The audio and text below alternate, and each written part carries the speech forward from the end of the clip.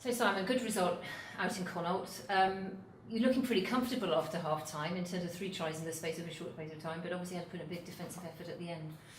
Yeah, we made hard work of it at the end, but going to Connaught, as we know in the past, it's not always an easy place to go and get a result. So we probably missed the opportunity to get a bonus point, but we were probably in the end fortunate to not come away with a loss, because we put a bit of pressure on ourselves in that last 7 or 8 minutes after the clock had gone past 80, and we managed to turn the ball over and didn't quite manage the game as well as we would have liked, and gave them a number of opportunities to keep playing. But the boys were fantastic in terms of their effort and being able to defend for 35 fades, I think, in the last 7 or 8 minutes. So it's a good effort, good work out without the ball, but probably could have made it a bit easier on ourselves.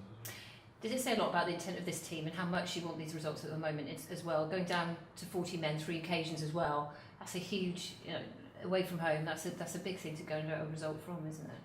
Yeah, it's important that when we're down a man, we step up, and it puts pressure on other parts of the game as well. So as much as we've said well done to the players for that, we've also been pretty critical of why we went down to 14 men on 3 occasions. So we got away with it in Connaught. Probably on other occasions in the next couple of months we might not be so lucky. So our discipline has been excellent up until the last couple of weeks. We've slipped off it a little bit in Saracens and again in Galway, but making sure that we have a real understanding of what that indiscipline can do to the team, and it doesn't always pan out until later in the game when fatigue starts to set in, and we're going to make sure that we avoid those instances as best as possible. I know you said an all-important 4 points takes you up to 20, so you're 5 points off now the top 4. It's all about momentum going into Leinster, is it, as well? Yeah, I think going away to Connaught was important. Now we're going away to Leinster, who are reigning champions.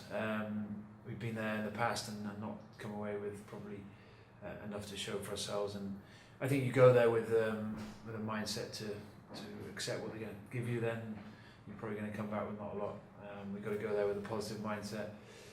Feel that as much as we've had disruption in the last few weeks with players away, we still got a quality team, and we can threaten any side if we get things right, and that's the key to going away from home in particular. Staying in the game, making sure then you make the most of the opportunities, which to be fair we did in Connaught on the whole, and then making sure that we're disciplined as well, and that's probably where Leinster might be able to put us under a bit more pressure than Connaught did if we end up being indisciplined. Will there be any effects of that fantastic game of the weekend from an Irish perspective in terms of the All Blacks at all? It'll be tough for the players, I think, to have overcome the disappointment, but easy in the sense to go back to your club and then get back on the horse and focus on another game quite quickly. So yeah, some of them will play, I'm sure. Some may not. We may have played a lot in the autumn, but I expect Leinster to be fairly strong in preparation for their game the week after against Northampton. They're fortunate they don't have another international to deal with, so they get to keep their players, put them back together this week, and then prep for a big Heineken Cup game the week after. And talking about looking ahead, obviously a huge 10 weeks. I mean, some of the boys have been saying they can't remember a fixture list that's quite as intense as the one that we have coming up.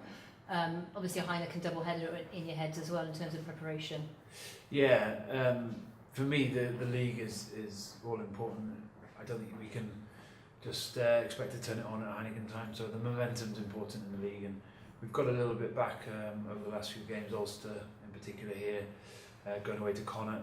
Now we have a chance to go to Leinster and keep that momentum going. And performance is important, results are vital, but I don't think you can just turn it on for Heineken weeks.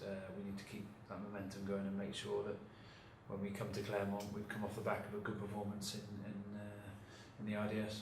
And I suppose also during that very intense period of all these big games, it's really important your backroom staff, all the sort of unsung heroes in terms of keeping the players fit, ready for these games when they're coming thick and fast and they're as big as they are. It's important that you're working very well as a group as well.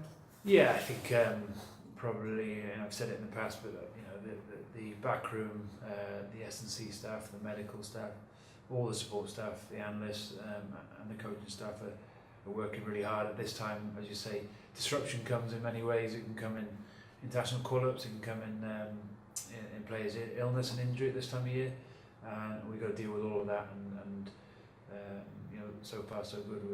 We've got a limited injury list at the moment. Long-term injuries are few and far between, with hopefully Deacon Manu coming back in the new year. So you know, it's vital that we keep our squad depth and we keep as many players available to us as possible. And that adds to competition for places as well, which is what you need. So they're working really hard at the moment, and they will be working very hard in the next couple of months to make sure that we go into Christmas and then into the new year as fully loaded as we can be. Preventative injuries are the ones that they're particularly keen on sorting out, is the one that we can prevent.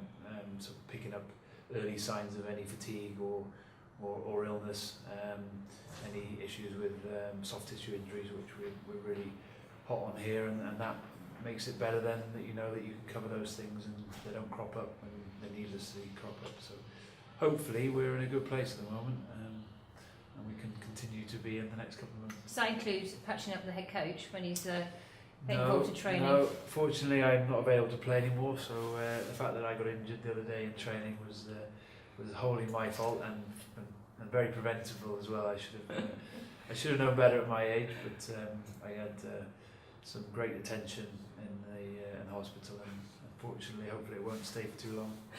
Simon, just a quick word. The Wales team's been announced. 7 Scarlets involved. Obviously a very strong bench against Australia as well.